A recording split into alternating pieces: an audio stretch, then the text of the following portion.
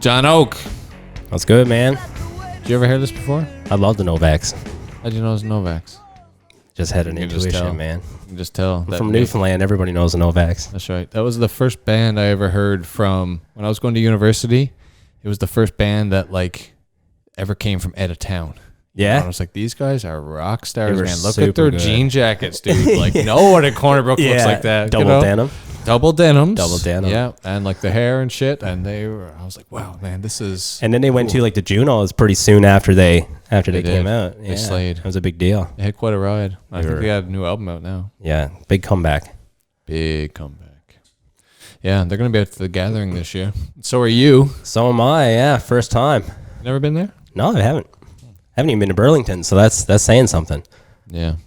Shocking, I know. You're missing out. I've heard. But there's okay, in fairness, there's some reasons to go to the Burlington, but the Gathering's probably I've heard it's the bee's knees, if you will. Yeah. And the interesting thing about that is that I learned about the Gathering when I was at Marble. The Gatherington. Pretty formal. That sounds like what it was in the 1800s before you took over. Lord Gatherington. When you're at Marble for the Jib Fest event? Yeah, we went in for Jib Fest, had a booth set up, and this woman came over and asked us if we were going to be at the Gathering this year. And why did she ask you that? I don't know. Fate, I guess. I don't know. And she said it was... Maybe she thought Steady Entertainment was doing the Jib Fest. Maybe that's what it was. She must have thought I was you. Maybe that's what it was, yeah. And she said it was one of the best Newfoundland events she'd attended ever. And I was like, okay, I'll check it out. It is the best Newfoundland event. And then I Facebooked you guys and then followed you in that moment. And now here we are. Wow. I know. When was, wow. That was months ago, really. Yeah. When you think about it. That's when I first started talking to you, I guess. It is one of the best events, one of the best things that happens in all of Newfoundland in the summertime. However, I'm not here to take credit for that. That's totally Mr. Sean Majumder plus, and probably mostly, the people of Burlington and the community, right? That's totally been a community-run sort of event and gig. For sure. But then last year when Sean called us, there was just sort of some unavailability, we'll say, of some local leaders. And Steady Entertainment went in and sort of did a bunch of things with the festival, made a few changes, and learned a lot from Sean. And they really have created something epic out there. And now just figuring out exactly how to make it sustainable, long-term. For sure. And maximize what's going on out there is really the main focus. But this year, first year ever, Sean's not going to be there. I know. I was so bummed. But probably what we'll do is hologram him in, like Tupac at Coachella. Yeah. I don't know if you ever saw that. I have. But you can pretty much just put people in places they're not at now. Which means we don't really even have to be here, technically. Are we here? Who knows? No, you'll never know. Question asked. This is what we're here to uncover today on Red Sky at Night. Are we really here? It's pretty deep. We're going to need some more. We're going to have to launch some chakras. Get some Reiki on the go. We're going to do some Reiki. Can I get you anything to drink, eat, anything? Are you good? Or do you want to? I mean, I'll have what you're having, I guess. Yeah, we can line that up. Chris, you want to top up one of those crooked feeder glasses there? Maybe some warm wine. Maybe Dad's here. You can take some quality H2O as well if you want. But whatever works. Yeah. Bring in the occasion. Yeah, water doesn't look as good on camera. No, unless it's like Sprite, flat Sprite. There is some of that down there though, if you wanted that. No, that's good, man. I do keep a fresh stock of flat Sprite in the cottage here. Some people love it. Yeah, Newfoundland staple. What were we talking about again? Too many things at once. This just happened when we were talking to Justin Barber a few minutes ago. We were just talking so intensely about something, and then we just totally forgot. We're talking about life, and then 20 minutes later, we're talking about boots, and Justin was like, "Yes, this is what I was talking about. This was the groundbreaking finding thing. Life in the wild." I guess. Yeah, that's pretty much it. Something like that. You guys, I'm not sure which one of these episodes will air first, but Justin Barber, the Newfoundland explorer, just finished up with us. He's actually still here in the house. He's over there hanging out, catching up on. Yeah, it's crazy that both you guys are from Grand Falls. How cool is that? Yeah, that is nuts. And here you are meeting in the Steady Entertainment Cottage. This is soon to be the college. We're unrolling our college program soon. Actually, steadyentertainment.com/college. And here for a minute there, I thought there was something I didn't know. No, you know it all. But yeah, Justin's a cool dude living out in Grand Falls. But I don't even know if you can say he lives anywhere besides just like the woods. I think once you spend a certain amount of time under a tarp, you are just of the tarp. Of the woods. You're tarp folk. Like Pocahontas kind of thing. Yeah, exactly. He's just like a wildling. He goes home. Yeah, he goes to school. He does his teaching thing and all that stuff. But, you know. It's kind of like a modern day. Yeah, when it's recess time, he's out behind the school, like, like under a tree, sharpening his knife or something like that. Just like, just building a raft. Yeah, someday. I'll be out there. It's just 3 or 4 more days now, and I'll be able to go down the river. Yeah. Well, don't you have to live in a spot for a certain amount of time as well to be considered, like, living there? Yeah, I guess. I don't know. I don't even know how long he's lived there, really, but probably a long time. If he lives there at all. So you've never seen Justin at like Foodland, like Grand Falls Foodland? Or? I wish we had a Foodland. Yeah, I do too. Geez, anything other than Dominion. We used to have an IGA one time. That was pretty cool. Pasadena used to have an IGA. Unreal, right? Yeah. That was the way to go. That was when I was a young fella. Now we have the Foodlands. I heard. Which is all right. Foodland used to have a liquor store. Now it doesn't. Now Irving has it. You know, Pasadena drama. Like Pasadena. Ooh. Yeah. And I last time I was in Pasadena before I met you and Richard was for a Battle of the Bands. Actually, no, sorry, not a Battle of the Bands, a concert.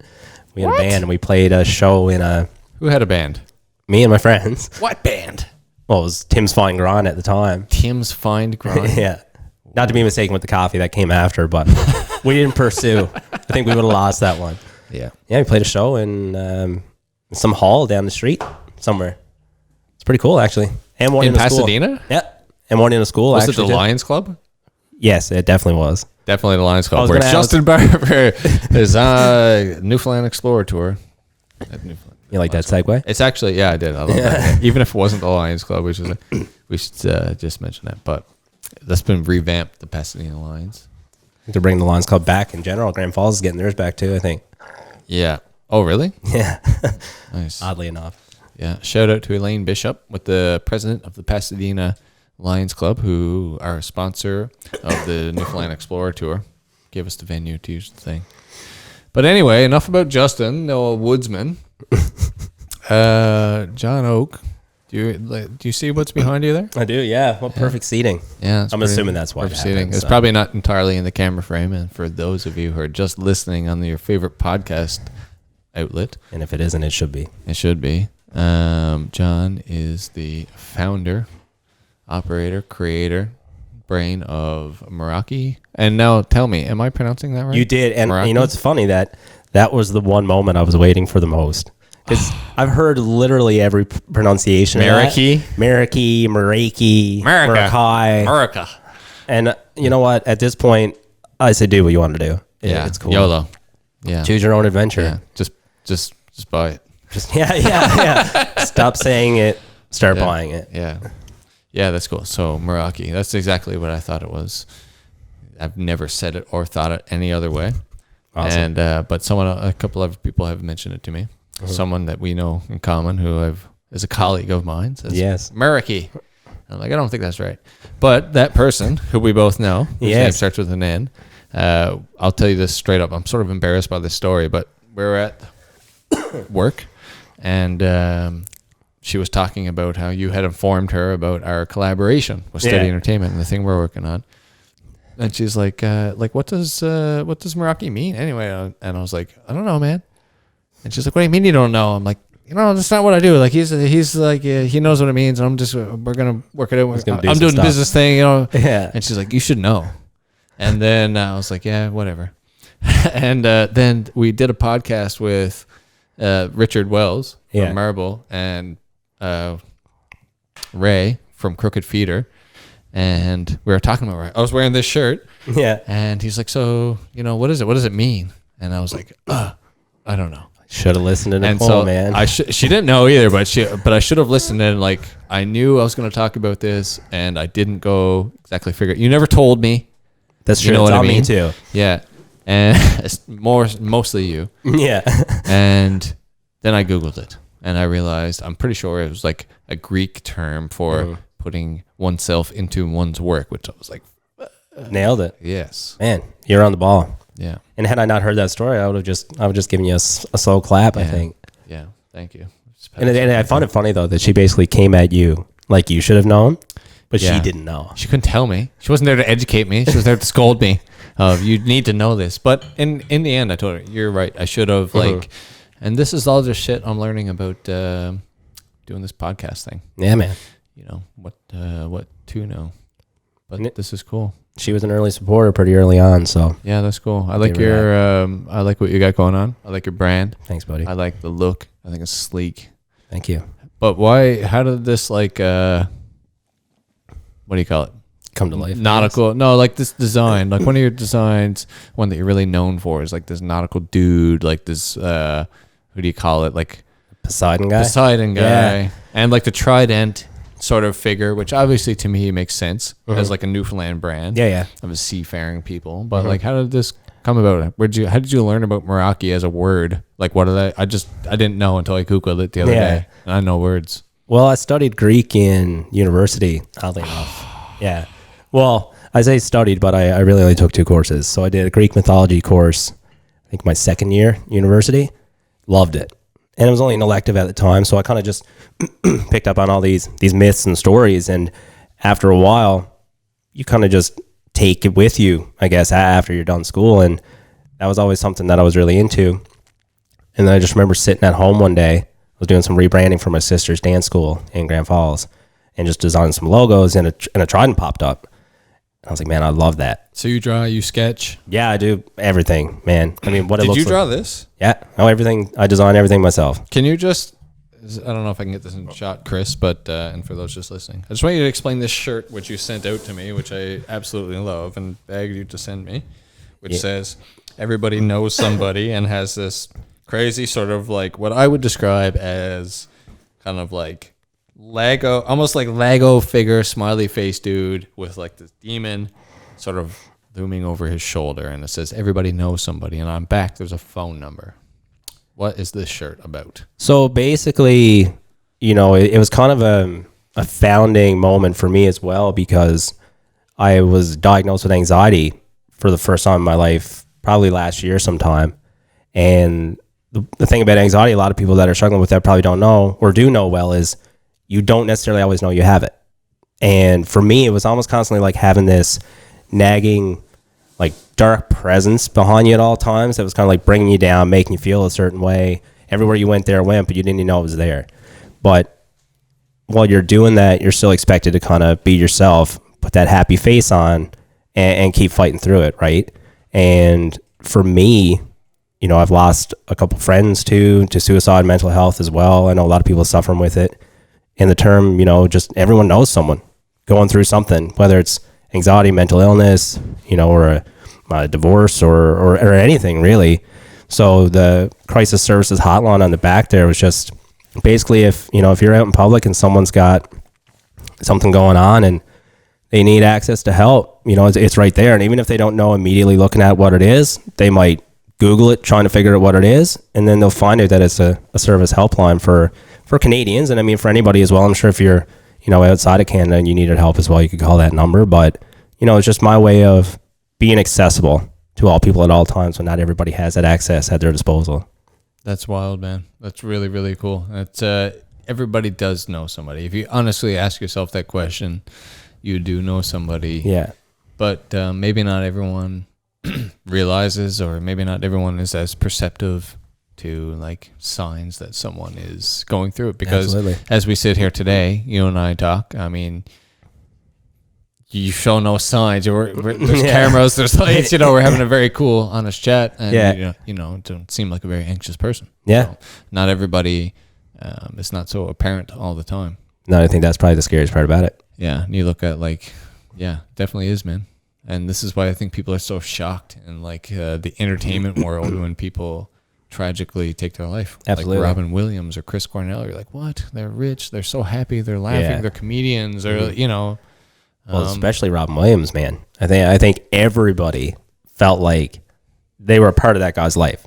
Yeah, well, he was certainly part of most people's lives, especially in our generation. For sure. So many formative childhood movies with him.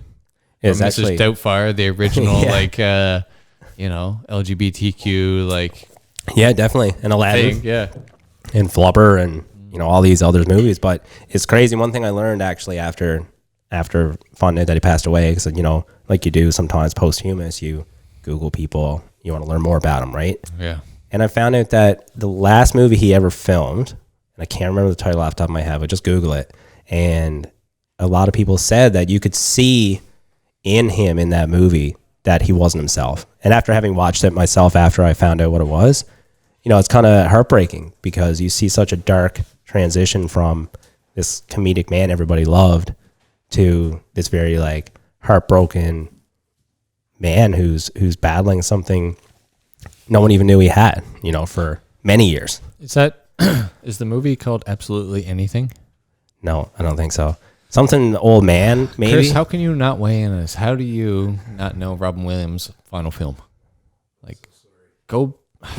Damn it. And I will vouch for it. Like, it is a good movie. I think. IMDb. Okay, carry on. Just give her, man. It's in there somewhere. I was trying to think of who the supporting actress in that movie was, but for the life of me, it's not. Night at the Museum? No. A Merry Friggin' Christmas? Definitely not that Am one. I looking? Yeah, Robin Williams, yeah. Think like. The Crazy Ones TV series. Face of Love? No. The Butler? No. Big Wedding? No. Louis? Wilfred? No. What? That's right. It's got to be there somewhere, man. I'll know it if I. Old Dogs? No, that's a great movie, though. SpongeBob SquarePants in 2009? He was in SpongeBob? Apparently. Why does that not surprise me, though? So he passed in 2015, I think, was it? Let's see. Yeah, definitely somewhere about there. 2014. Okay, yeah. So on IMDb, somehow, Absolutely Anything as Dennis the dog's voice was his final role. But I imagine that's not the one you're referring to. No, it's not. Maybe it wasn't his last movie. It probably wasn't his last one. It must have been like somewhere in there. All right, let me find it. It wasn't like the clown one, was it? Or wait, here's the... No, it was... Jeez, man. Was it House of D? No, it wasn't. It's weird that it's actually not even here. You're just making shit up now. Damn it, Jon Oake. I got it. The Angriest Man in Brooklyn. Oh. I had to do some digging for that, though, so... Why isn't that... It's there, but it's like What buried year is in. that? It's like 2014. 2014, yeah. Okay. Interesting. And so he shows signs and that thing of looking like not... Yeah, he's pretty much like a middle-aged man who just feels like he has nothing to live for. Mm-hmm. Right? And then I guess if you watch that movie before before he passed, it still probably would have come across as more like a dramatic comedy, I guess. Yeah, but you're never supposed to know with actors. Like, he's supposed to be able to act that sad or look that shit or look that good or look that happy, you know? Yeah, no doubt. And I think that's probably the thing with him, though, is that people were so used to him being one way. Yeah. That his serious movies didn't do well. No. But I think a lot of people get caught in that trap. A lot of musicians get caught in that trap, Yeah, it's a shame. Evolution's a part of everything, so yeah. have some respect, people. Have some respect. But man, yeah, kudos to what you're doing in Thank your you. work and your designs. For anyone listening, I'm not exactly sure. I really wish we had an actual schedule. We got to work on a schedule of when we're going to release and things so we can use it to our advantage. But Jon and Meraki and Steady Entertainment have worked on a kind of a collaborative apparel, I don't know what you call it, line. Mini line? Yeah, mini line. And, a lot of Jon's designs are sort of inspired by and, Newfoundland, I guess, in some sense, and can kind of speak to our province, but it's also in a very kind of hip way that isn't like super, it's not tacky or anything. It's just a very hip way that people can look at and identify with Newfoundland. And so when we started to chat, we talked about doing that, but honing in on Western Newfoundland for a line that, Steady Entertainment can get behind. And within no time, we talked about some potential influences, geographical markers, notable things in Newfoundland. And he had whipped up a pretty badass design that we're going to be printing and making available on Steady Entertainment. Sweet. And hopefully on your site there. We'll figure out the logistics of all this. But physically in Western Newfoundland, you'll probably be able to purchase them directly from us. Yeah, maybe we'll do like a little exclusive colorway for West Coasters. Yeah, I really don't know what I'm doing in terms of apparel, so you're gonna kind of have to steer this ship. We'll just give them like one color they can only buy on the West Coast, and then we'll put one color on my site that they can buy only on there. We'll see who does more. We'll have competition. Yeah, we'll have a little mini competition thing and see how it goes. Yeah, with nobody getting offended at the end of it. No, when we both sell none. Yeah, there's no such thing as competition, man. It's That's just, true. That's not why we're here. Yeah, but I feel like we should maybe show this design. I don't know. Should we? Let's do it now. I mean, we can give them a little. Can we? Yeah. We should unveil it. Let's use it. I'm not exactly sure when it's. Oh, hang on. I'm just getting a. Give them a little tease. Oh, sorry. I'm just getting a Facebook message from the venue that we're doing Justin Barber thing tomorrow. Okay, so John, 1 second. Like some Tell us Jeopardy about music while I'm looking this up, John. Can you just speak to the design a little bit, or how the graphic approach? Because I basically we just talked about this, and then you were like, just send it to me. And what happened in the in between, I have no friggin' idea in terms of what you use creatively to create this shit, and where you start. Yeah, well, I mean, I wrestle with dozens and dozens of ideas all day. So it's nice to have some inspiration. Like when you came to me with a handful of things that we could work on was definitely a lot easier for me. But sometimes when you have it fine-tuned a little bit, and you have more ideas for one project. So yeah, I basically just took your idea. You know, you said we discussed Man in the Mountain, which to me, even when I was a kid, I remember driving by that mountain and never being able to see the face, right? And then it was only like when I got older and someone's like, it's right there. And I was like, oh yeah, now I see it. And then I Googled it and saw it and I was like, man, that's pretty sick. And then I just basically, you know, sometimes simple is better. And I know we talked about silhouettes and, you know, just basic colors, contrast, subtlety. Yeah. So I basically just took a mountain shape, a silhouette of a mountain, and took, you know, the facial features of what I would have assumed the Man in the Mountain face to look like if it was. Which is apparently different from person to person. Somehow. Yeah, I could see that, man. But I mean, there were some, you know, prominent, you know, hat shapes in there and beard shapes and stuff. So, and you don't want it to be exactly the same. You don't want it to be like you know, it's kind of like a nod to. Exactly. And like you said, everyone's going to see it different. But what I wanted to do with that was kind of take that image off the mountain so that people could see a little bit of a better idea of what they're expecting, right? Yeah, and Chris is going to use TV magic to like make this an actual usable shot. But essentially, guys, this is what has come up. Which I'll come with. It's going to be the Meraki West Coast line, the first shirt and the thing. And you're going to be able to, we're just going to make it so right now you're going to be able to go right down here to this link and get your shirt right now. Make your order for this Meraki West Coast collaboration. Super easy and convenient for everybody. And for the people, if you've been wondering, like if you've ever looked at the Man in the Mountain thing in Corner Brook, and if you haven't been to Corner Brook, that's a cool little tourist attraction. Just come in and grab a shirt. Yeah, there's a whole story behind the Man in the Mountain, this face that looks down upon the island of Shelburne Island, which is said to have a pirate treasure upon it. And this face looks down. But like people see this carving in the rock, which is not a carving, it's a natural formation, but people see it different ways. Okay. That is sort of how I see it. When I show this to my dad, he's like, oh no, the nose is different. I'm like, yeah, but this is how you see it, you know? Yeah. But both of us could look at that and realize like, yeah, that's what that is. Yeah, that's perfect. And then that's what I wanted, right? It just kind of takes the face out of the mountain. Yeah, it's a dope shirt, and everyone should go grab one. And Absolutely. people who come visit here, you know, there's so many like tacky tourist shirts. And they're all the same. They're all the same. Right, same tagline, same colors. Yeah, it's like Corner Brook, Newfoundland, Deer Lake, Newfoundland. It's got the same picture on it or something, but it's just like a different thing, right? So you stop in on a postcard. Yeah, you stop in at Irving and like Corner Brook, and you see that shirt, and you stop in Irving and Deer Lake, and it's like the same shirt, but it says Deer Lake on it. Which is interesting though, because when I spent some time at Marble over the winter, there was a lot of people that said when they were at the mountain, they wanted something to take home that wasn't just a standard tourist shirt, right? People tell me that at the gathering too. Yeah, I can see that. That's why you're coming this year. Yeah, I knew there had to be a reason. Yeah, but I mean, and that's, you know, a lot of people, you don't always want to necessarily buy a magnet or a shot glass. You know, you want something you can get some use, some mileage out of. You can get behind. Yeah, you can rock. Man, you know what? I'm looking at the time here now, and we got to go on to our next event. You going to come with us over to the show here this evening? I don't know. We're going to see what we're doing, I think, and then we've got your precious pregnant lady up here in the cottage as well this evening, patiently just hanging out while we do. She's the best. Yeah, she is the best. Doesn't complain. Couldn't do it without her. Having a little boy, yeah. You're having a little boy named Cole. Yeah. Me too. I think it's crazy that you and I just met online through the side hustle, essentially. Side hustle, yeah. And we're both not with child. Ladies are both with child, and we are part of that. We have fathered them, but obviously are insignificant parts of all this and totally useless in this whole process. Yeah, basically. Obviously. Yeah. But yeah, we're both having little dudes like within probably crazy? a couple of weeks of each other. Yeah. And so we're gonna get Meraki Mini on the go. Meraki Mini's already in the works, man. Oh, dude, I want the first drop. First drop. I want to get behind that. I will make the first order.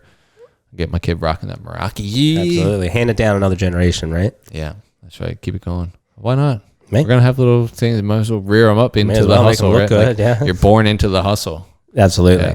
Oh, that's all You they can keep know. an eye out. Maybe in like 6 year time, our two dudes are gonna be Yeah, I on was here gonna sitting down say, here.